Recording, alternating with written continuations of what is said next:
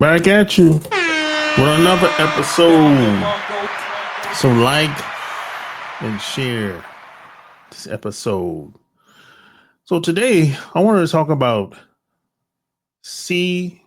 Madam C.J. Walker. She was an entrepreneur back in the day. She was born in 1867. If I'm not mistaken, she was one of the first, if not the first, woman that was a millionaire, and she was worth $100 million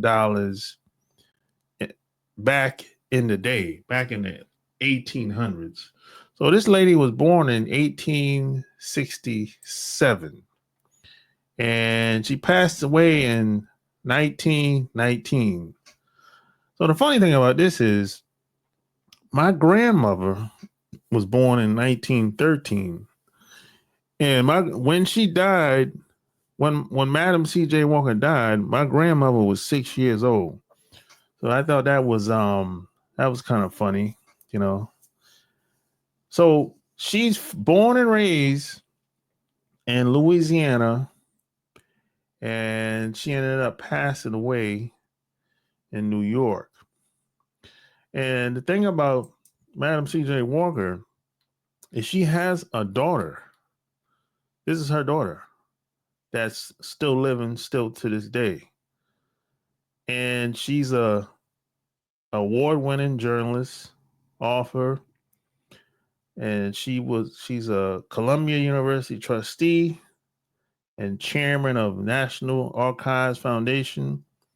She used to be an executive and producer at ABC. So she has a daughter that's still around. So she's in the 70s. Here's a Netflix special.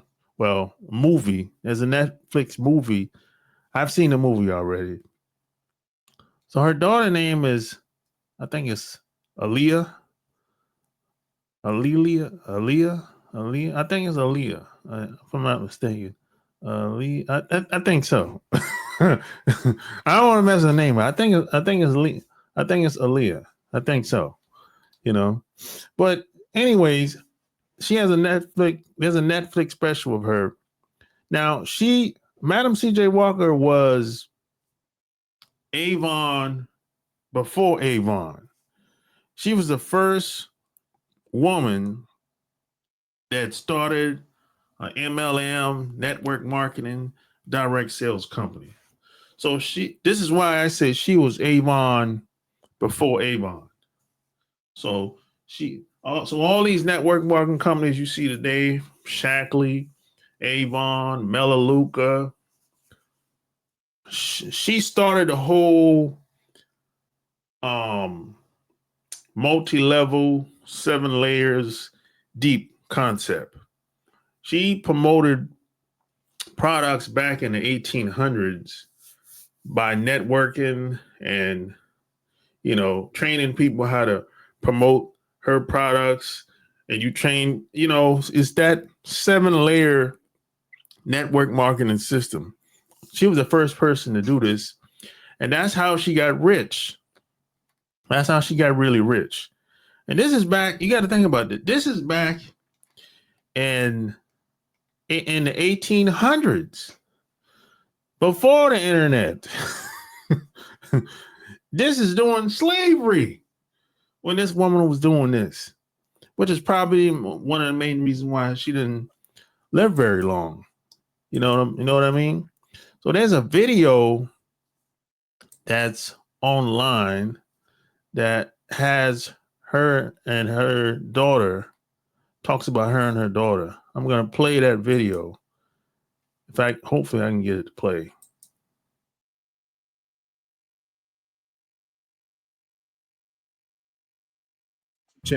30 miles outside of New York City, it was designed, built, and paid for by the first woman millionaire in the U.S., Madam C.J. Walker. So these are things that give me really nice memories from my childhood. Aaliyah Walker Bundles is Walker's great-great-granddaughter. She wanted it to be a place that would inspire people. A little more than 100 years ago, a Black woman opening Villa Lewaro to the world, named for her daughter, Lelia Walker Robinson. This 20,000 square foot home, part of the legacy left behind by Walker, born Sarah Breedlove to former slaves in 1867 in Louisiana. She was just another single mother struggling. And she was surrounded by women who were supporting her. She knew that she needed to turn around and give back as well. Walker, an entrepreneur, a philanthropist, and a political activist. An empire built on hair, Black hair. Her beauty products, many still on the store shelves today, sweeping the nation. This home became a training ground for Walker's sales agents and a meeting place for those looking for social change, including W.E.B. Du Bois and Langston Hughes. She wanted to have conversations about what could be done to improve the rights of African Americans. Walker died in 1919, 1 year after the house was completed, designated a National Historic Landmark in 1976, and a private residence for the last 30 years, until now. When you look at this place, what do you envision for it? I mean, I envision a place where when you walk through that door, you get hit by the inspiration. Mogul Richelieu Dennis, the founder of New Voices Foundation, is the new owner of Villa Lewaro, which will soon be a think tank for Black women entrepreneurs. We need to have a place where we can come and learn. We haven't had a concentrated intellectual effort focused on the issues that women of color face when trying to build their businesses.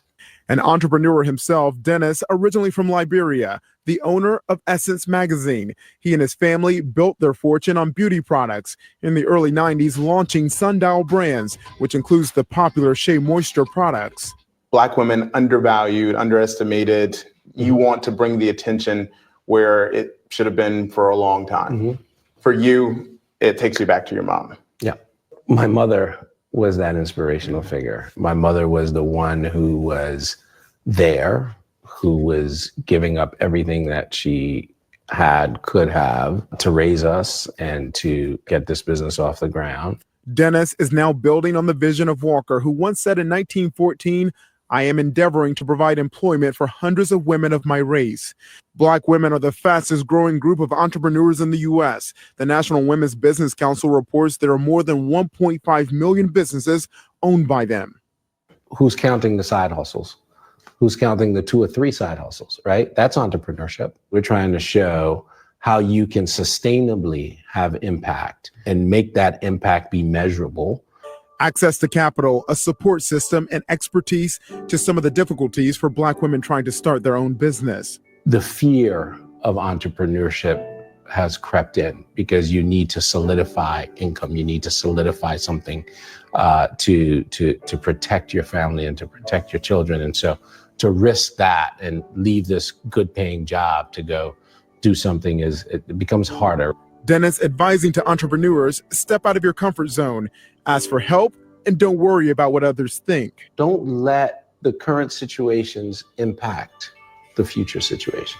In this home where it's easy to feel the spirit of Walker, her great-great-granddaughter says this next chapter for Villa Lewaro would have been exactly what Walker wanted. I think she hoped that this house would still be standing and that it would be a gathering place, but I don't know that she could have imagined the amazing things that are getting ready to happen here. I don't know if she could. It was such an honor to speak with Ms. Bundles and Richelieu Dennis, who wants to get this. So there it is, And the reason why I wanted to do this video was because, there's a lot of people that say the MLM business model is a scam. So now that you seen this lady talk about how her grandmother created something from nothing, created a concept back in the 1800s, you can tell people it can't be a scam because Madam C.J. Walker was worth $100 million back in the day. So it can't be a scam. Maybe the company that they're involved with might be a scam, but the concept itself of networking with people, it's not a scam, So like and share this video. I hope this video inspires you.